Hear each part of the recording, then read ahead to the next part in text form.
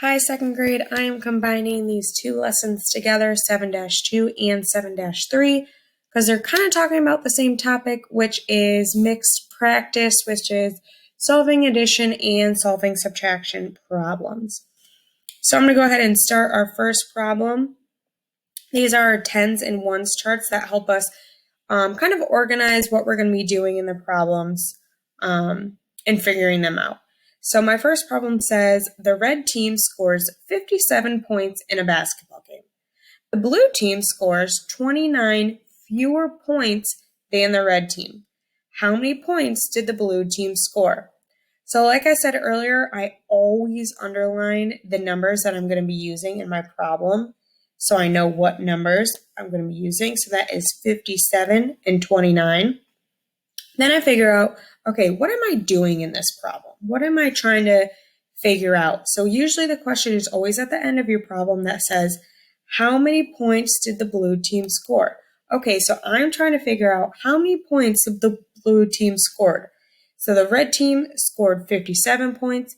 The blue team scored 29 fewer points than the red team. Okay, so I'm going to look at this word fewer, and that just told me that I'm going to be subtracting. Because fewer points, that means they had less points than the red team. And the red team had 57 points. So we're trying to figure out how many points the blue team scored. So I am going to put that into our tens and ones subtraction chart. So 57 minus 29 equals, we don't know yet, right? And so we are trying to figure out 57 minus 29. So we have two parts right now, and we are trying to figure out our whole. What is our subtraction problem? Or what is our answer? All right, so you are going to have to regroup on this problem because you cannot take 7 from 9. If you have 9 chocolate chips, if you have 7 chocolate chips, you cannot take 9 from them, right? You need to have a higher number, a bigger number that's on top right here to be able to subtract. So we are going to have to go over to our neighbor, Mr. 5. You're going to ask him if you can have a 10, because this is the tens place.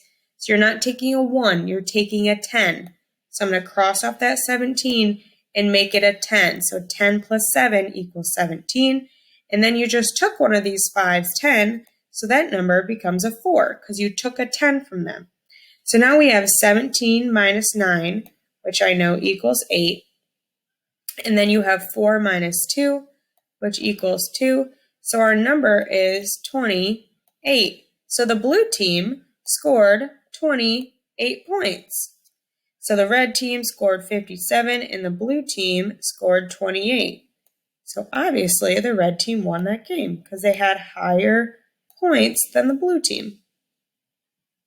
All right, let's go ahead and go on to our next problem. It says Miss White's class has 14 more students in her class than Miss Johnson's class.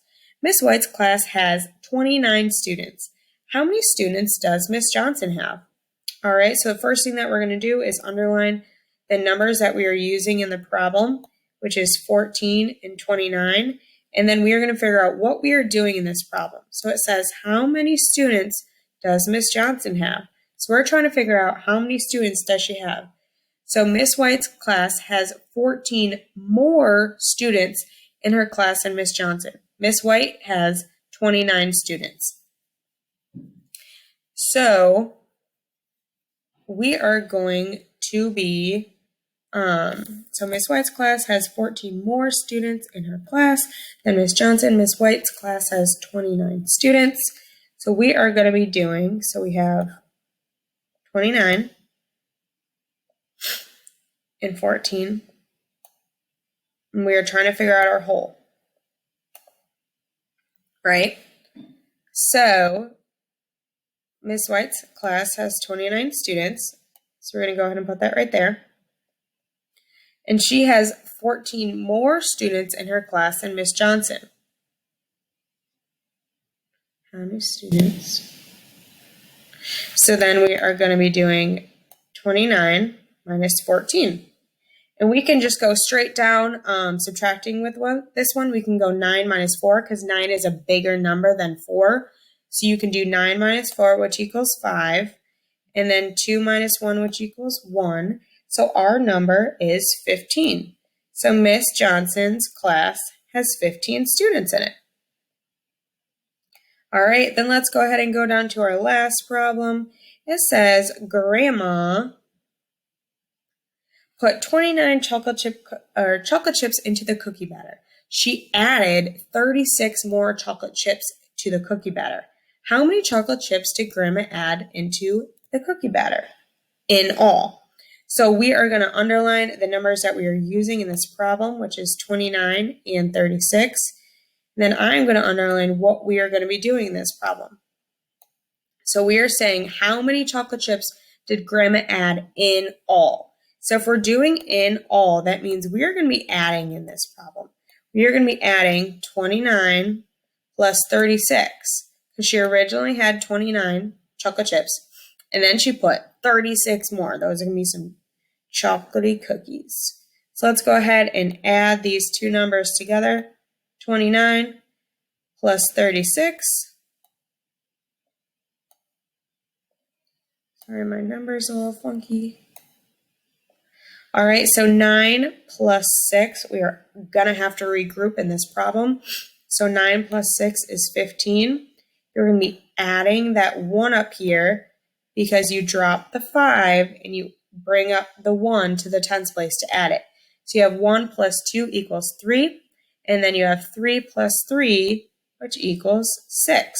So Grandma added 65 chocolate chips into her batter.